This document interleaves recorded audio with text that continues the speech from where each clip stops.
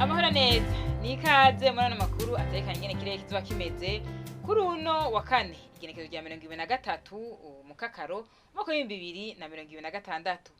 Mu gitondo hitezwe ikirere kirimwo izuba n'ibicu bike bike mu gihugu cose.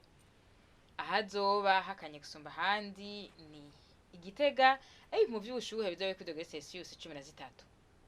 Ku muhingamo naho haritezwe imvura hacemwe n'ibihe by'izuba mu bice vya Bururi na Rumonge mu ntara ya Burunga hamwe n'Ibubanza mu ntara ya Bujumbura mu bindi bice bisigaye vy'igihugu akaba hitezwe ikirere kirimwo izuba n'ibicu bike bike.